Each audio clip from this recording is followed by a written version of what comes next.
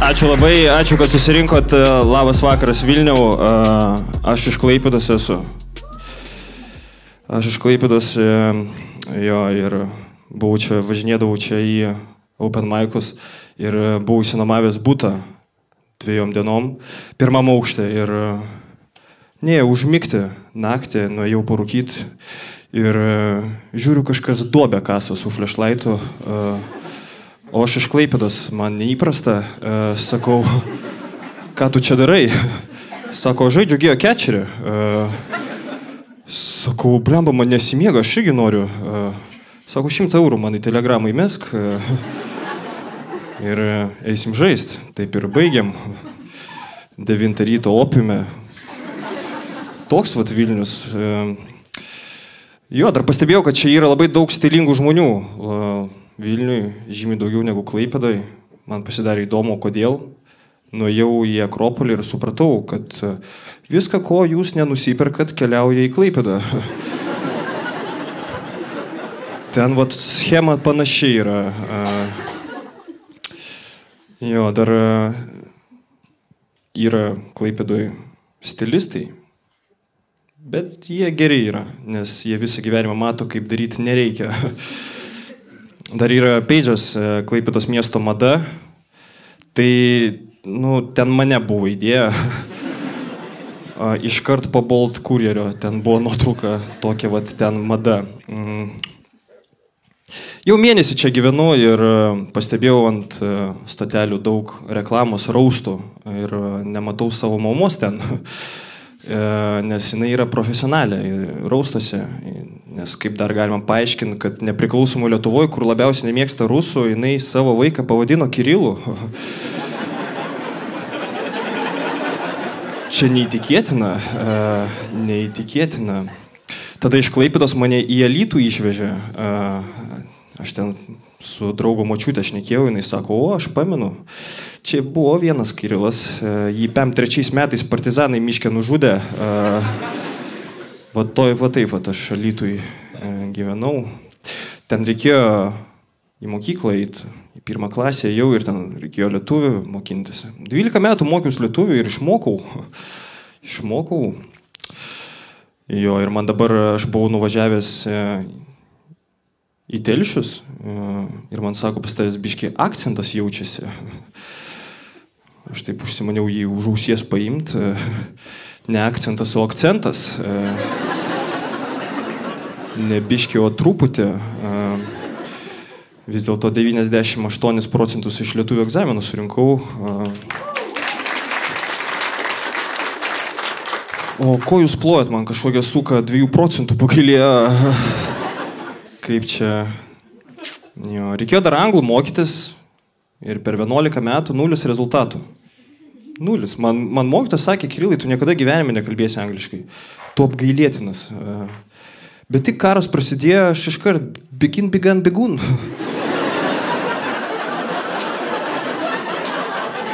Iš karto. Aš ten tą present perfect taip išdročinau. Man sako, čia dar yra present simple. Aš sakau, man duok present hard.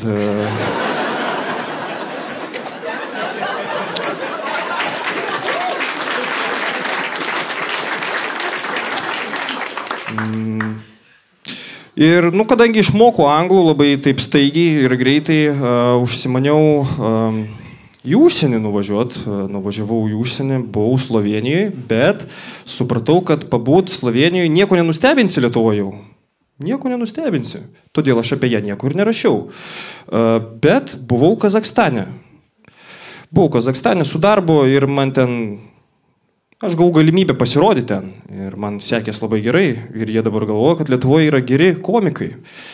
Bet aš turėjau planą, jeigu man būtų nepasisekę, jie būtų galvoja, kad blogi komikai Latvijoje. Kas jiems vis tiek tai... Jo.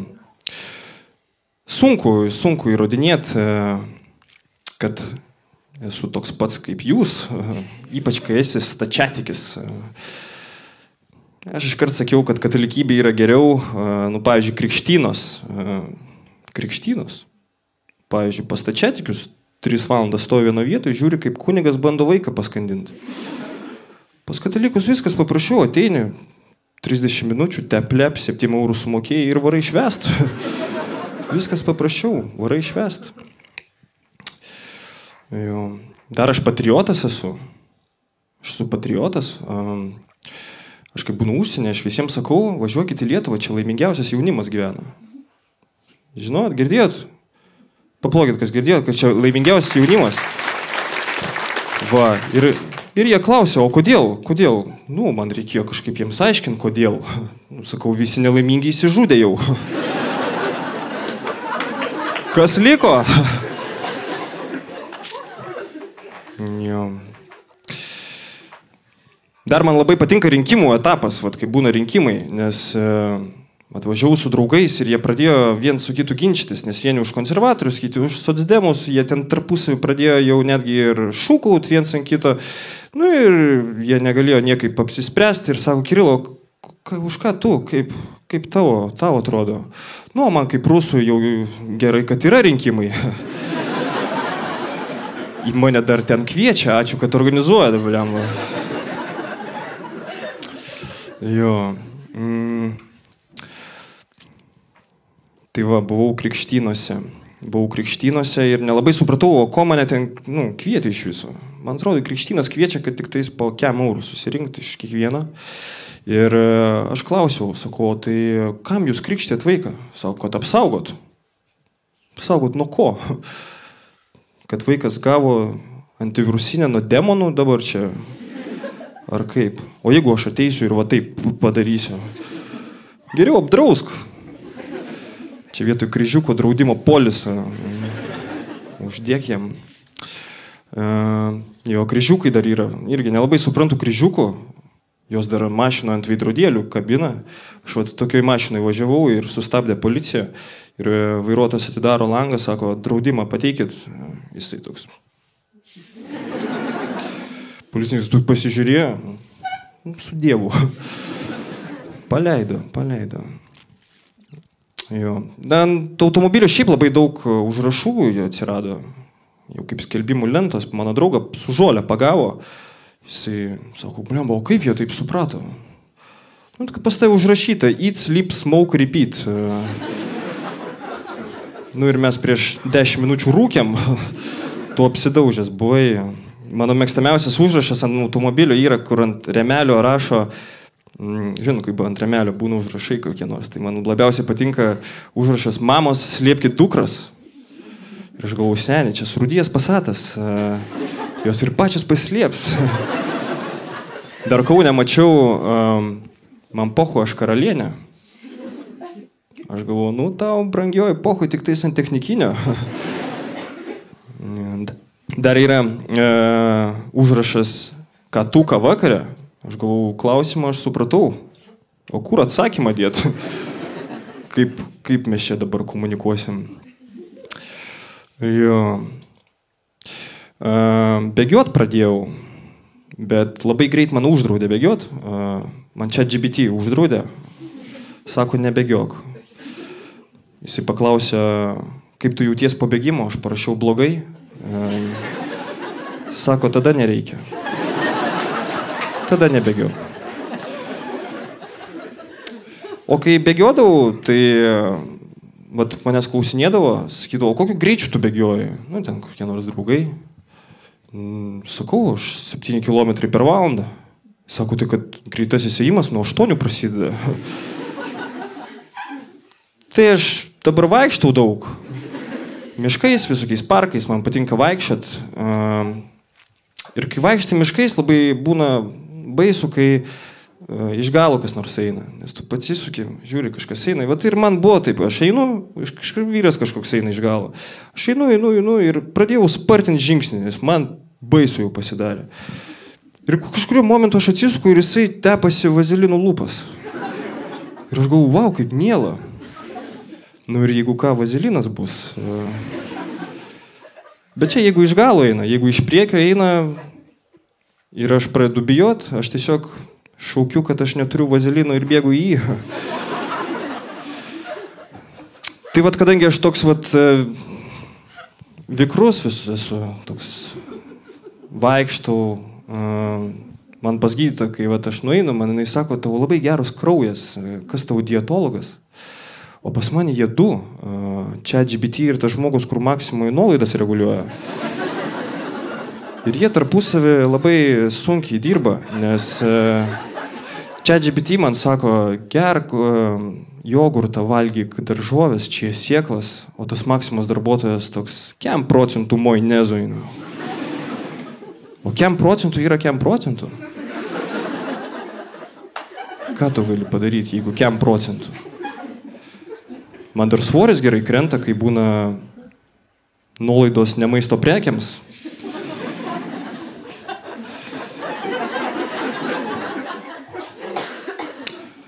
Alkoholis dar labai pabrango, pastebėt, dar per žinią sako, kad vaikai mažiau gert pradėjo, nes, nebeįperka. Man 25, aš irgi nebeįperku. Mes dabar su vaikais kartu vaikštom, ieškom alternatyvų, kad būtų laiku patikrinta. Pavyzdžiui, klijai, bet klijai ne. Arba žolė. Žolė nebrangsta tik tais Klaipėdoj, visur kitur porą eurų brangiau, nes visur kitur tiesiog PVM pradėjo taikyti ir mums nieko nesako. Tokia va ten situacija yra. Tai vat kartais su mergina einam nuolaidų pamedžiot į parduotuvę ir jinai kažkada sako, man reikia skustukų skustis. Jinai skutasi pas mane.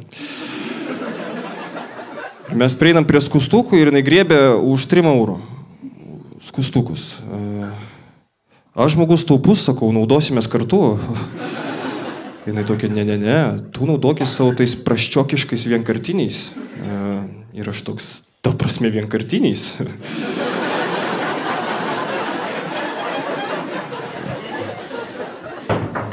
Nėra taip, kad juos keisti reikia, kai jie surūdyja. Kad vonė neberūdytų tiesiog. Jo. Tai va, man patinka technologijos, tai nupirkau robotą siurblį. Ir jinai sako, tu debilas, grąžink jį atgal, jisai nėra praktiškas. Ir aš galvoju, kodėl jisai nėra praktiškas? Ir jisai sako, jisai nevalo kampų. Tai tu vapši nieko nevalai. Kaip čia...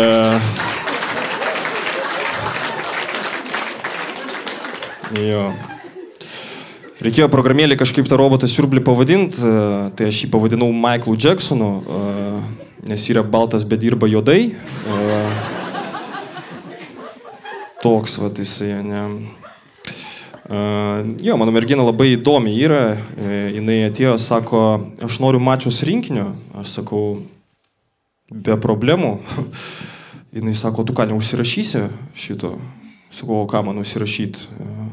Aš, sako, mačiau tik tokia kaip vyrai užsirašinėja savo merginų namiokus, kad paskui, vat, pirktų.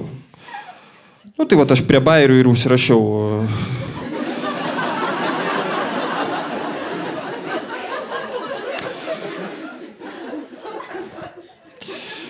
Jinai dar šiaip tokia keista yra, nes jinai ateina, sako, aš noriu papų. 10 metų pasirodo papai tik tais. Jos paskui keisti reikia.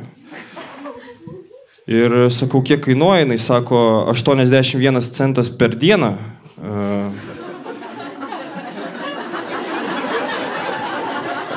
Aš sakau, gerai, mėnesiukų galim paimti. Statau.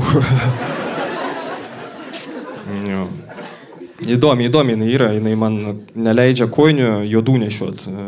Juodų kojinių neleidžia nešiot, pažiūrėkit. Jinai sako, jos vizualiai smirda. Aš galvau, pradėsiu žaisti šitą žaidimą tavo taisyklėm ir kai atėjo šildymo sezonas, praeitais metais, jinai sako, įjung šildymą. Aš jai per YouTube laužą įjungiau. Tegul to būna vizualiai šilta. Ir kadangi pas mumis pastovi šalta namie, nes aš šildymo nejungiu, mus šildo tas laužas. Jinai serga dažnai ir man reikia eiti į vaistinę, pirkt vaistus. Ir aš kažkada atėjau į vaistinę, stoviu, laukiu eilėje ir kažkokia boba užlenda. Ir aš galvoju, tau šiam 5, man 2,5. Aš tave galiu nuspirt. Taip nebeužlysi traumatologiniam. Ir kol stoviu, laukiu ir galvoju, kaip jie daužau, žiūriu. Vitaminai atminčiai. Nes aš kartais pamirštu, kad Lietuvoje nebe gerai jau yra kalbėti rusiškai. Jo, nes buvo toks atvejis, kad prie mane, aš pakalbėjau rusiškai, prie manęs priėjo bičias ir pradėjo sakyti man, "Ei, stop! Don't speak Russian, it's terrorist, you vatnik." Aš sakau, senė, aš 98% iš lietuvių gavau. Ir jisai toks, oho, молодец.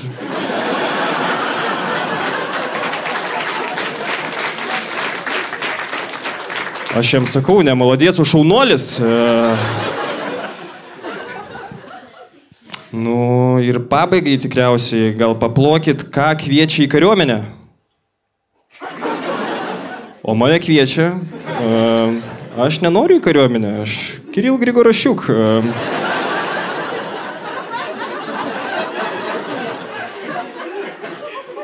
Sutikit, būtų neeilinis.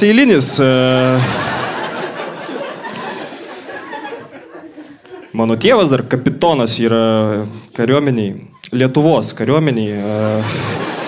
Lietuvos, jo. Jisai mane bando prikalbinti vis, nes jam nepatinka, kad aš užsiminėjau komediją. Jisai sako, būsi nejuokingas, pizdinsi tarnaut.